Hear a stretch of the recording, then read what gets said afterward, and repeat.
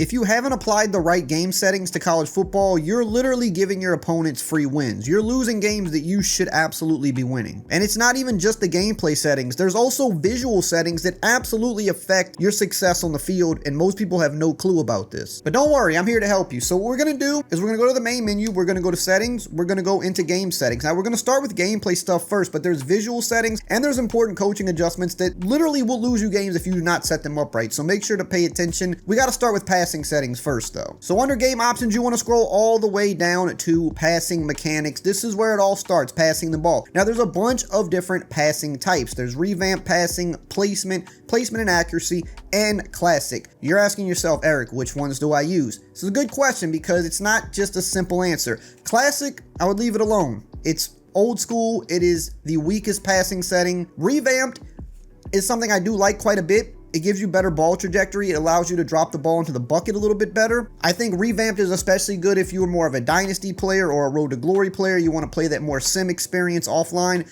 This is a good way to pass.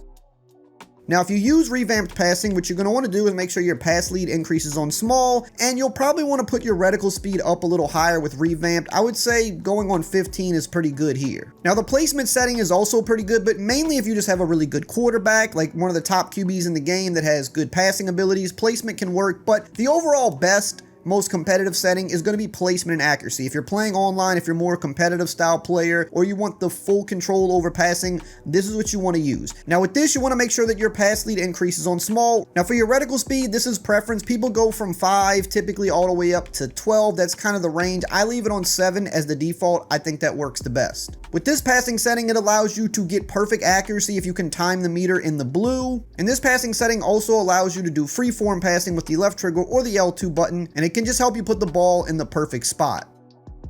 Now we got the passing settings, we got to go to catching next, and this is really big this year because they've added timing-based catching. Now first we have AI wide receiver for user teams. Just make sure this is on. You don't want to turn this off. Now timing-based catching, if you don't want to deal with timing-based catching at all, you can turn this off and it'll be just the same as it has been any other year. It's kind of a dice roll. You're probably going to catch more passes than you drop, but you have no effect over the perfect catch. Now you can also put this on and you can set it to a certain amount of yards. Now 20 yards I think is best for more beginners because this will only activate on deeper throws down the field. So if you're trying to win a one-on-one catch, they did an update recently that really shrunk the green window for timing-based catching. So at this point, I don't even think it's that good anymore. 10 or 20 yards is where I would set it if you're using it. You don't want to have it on like 5 yards or 0 yards because there's no reason to try to green catches on a drag route, a flat route, a running back dump down. You don't need to do that. They're going to pretty much catch those every time anyway. 10 yards is going to be like if you're throwing corner routes, dig routes. You can tap the A or X button to time a possession catch perfectly. If you tap it right as the ball is getting there, you will get a green catch, and those are pretty easy to do. I have mine on 20 right now because I don't really use it a whole lot. It's really not that good anymore, but I still want the chance on deeper throws to go for a perfect timing if possible.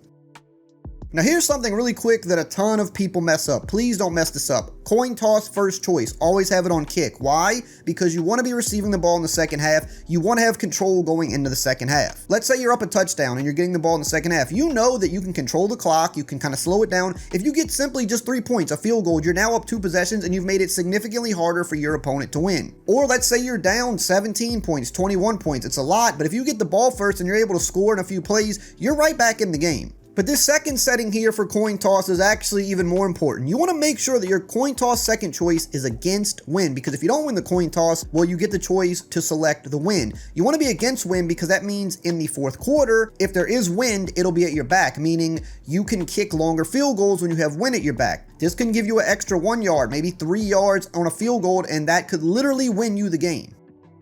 Now this next section is going to be called gameplay helpers, and these go overlooked every year by a ton of people, but these absolutely help you in a lot of different ways in the game, and this could be the difference between making a big stop, getting a turnover, and a lot of people don't even know about it. Now defensive ball hawk typically is on by default. Just make sure that that stays on. This is going to help you get more interceptions. It kind of helps steer the player when you click onto him a little bit and helps him attack the ball at the highest point. Defensive heat seeker assist is usually off. Make sure you turn this on, and also another pro tip, make sure you periodically check your settings, because this is one of those settings, for whatever reason, I don't know why, it's just an EA thing, it gets turned off sometimes. And also make sure your defensive heat seeker assist window is 200%. On default, it'll be at 100. Put it up to 200. This helps you make tackles in the open field a ton better. And you know how hard that could be in this game. This just helps steer your tackler to the ball carrier a lot easier. Hey, if you're getting value out of this video and you want to stay up to date with all the latest and best college football tips all year long, make sure to subscribe and turn the bell icon on. It helps support the channel a ton, and you can always unsub at any time if you get tired of the videos. Defensive switch assist, you also want to make sure this is on. This is another setting that I do believe periodically sometimes it gets turned off. Don't know why. So always check, every so many games, make sure it's turned on. This helps when you're switching to a different defender, like when the ball's in the air and you're trying to switch on to go make a play. It keeps steering him in the right direction. It makes it harder for you to pull him out of the play by accident.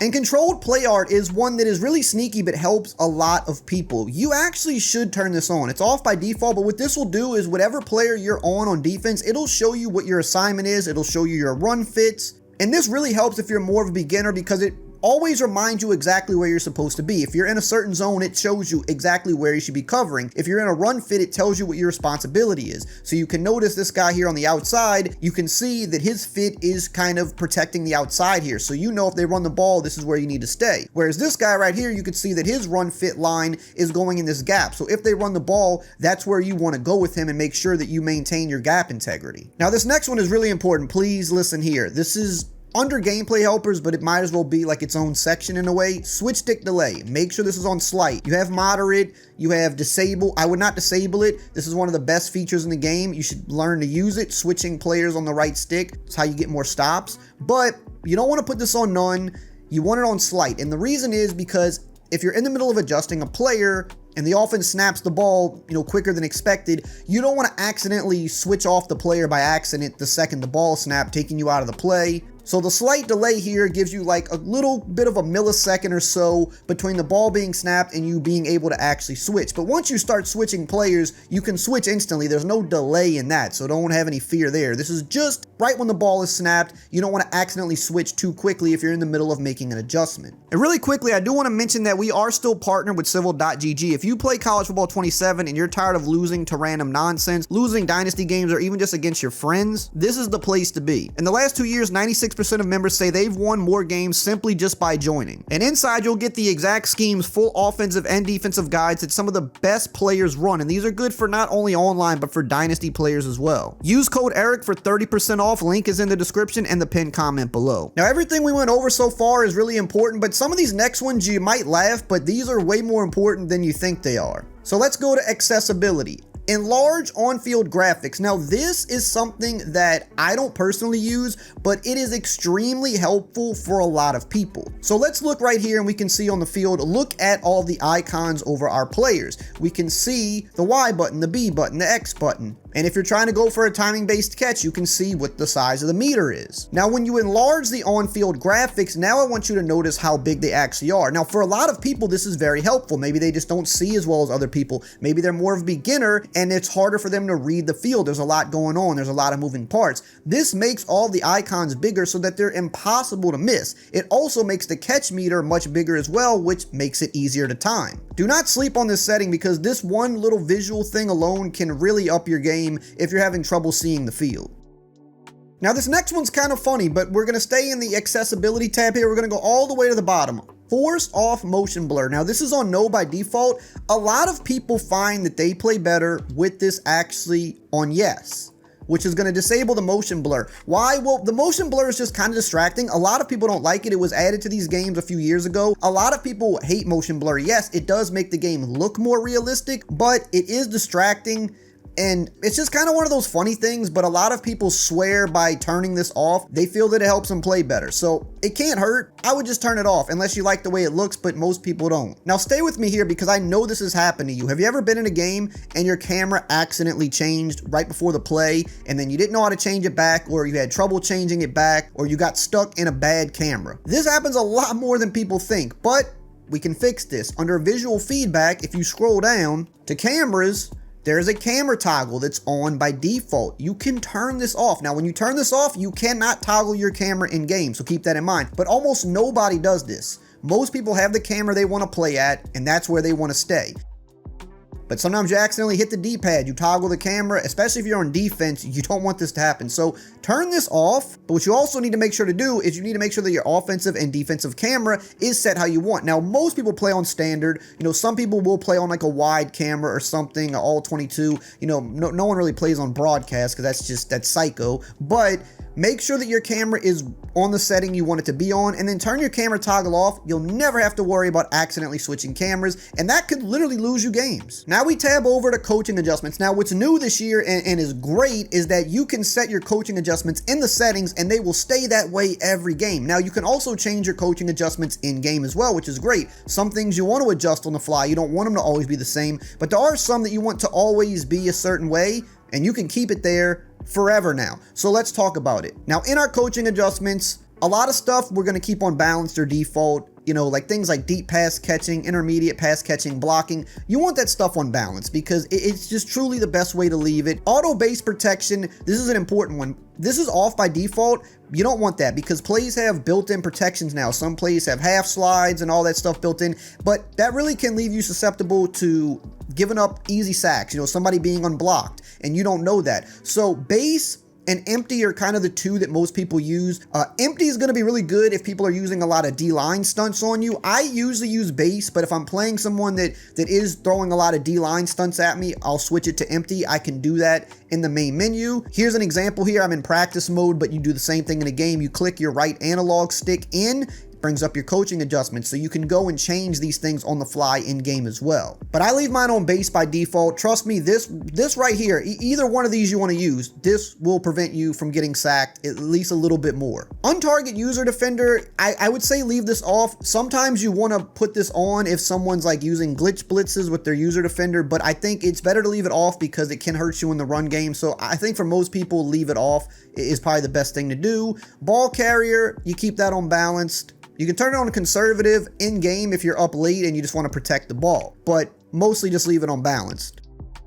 Wide receiver help scrambling QB. This is huge. Make sure this is on aggressive because that means when the play breaks down, the wide receivers will be quicker to try to find open lanes for you to hit them with a pass. They won't just stand around all day. This one is very overlooked. It's new this year. Make sure you use it. Auto flip defensive play call. This is another huge one. This should be on by default. Make sure to leave it on. This will make sure your defense aligns with the strength of the offense. So for example, here you could see that there are a bunch of receivers to one side of the field, but yet my slot cornerback is on the opposite side of the field. That doesn't do me any good. I need him over there where there's more threats. That's why you need to make sure that your auto flip is on, because when it's on, you'll see he will line up to the strength of the offense. Cornerback matchups, this is another huge one. Make sure it's on balance. People like to say, oh, I want to do it by overall, by speed, by height. No, leave it on balance. We've seen for years, for whatever reason, when you switch this, sometimes it bugs out. Not all the time, but sometimes it does, and your guys are lining up weird. Keep it on balance. It's going to prevent you from giving up touchdowns, I promise you. Defensive motion response, I keep this on default. Defensive aggression and gap integrity, I leave on balance. I mean, you can play around with these if you want, but, you know, I don't really feel like there's an advantage one way or the other. These are huge. These next four are huge. Option read key, always conservative. Why? If you don't have this on conservative and somebody runs a read option with a fast QB, he's going to be out for major yards, sometimes even a touchdown. I know you've given up huge plays like this and you're wondering why.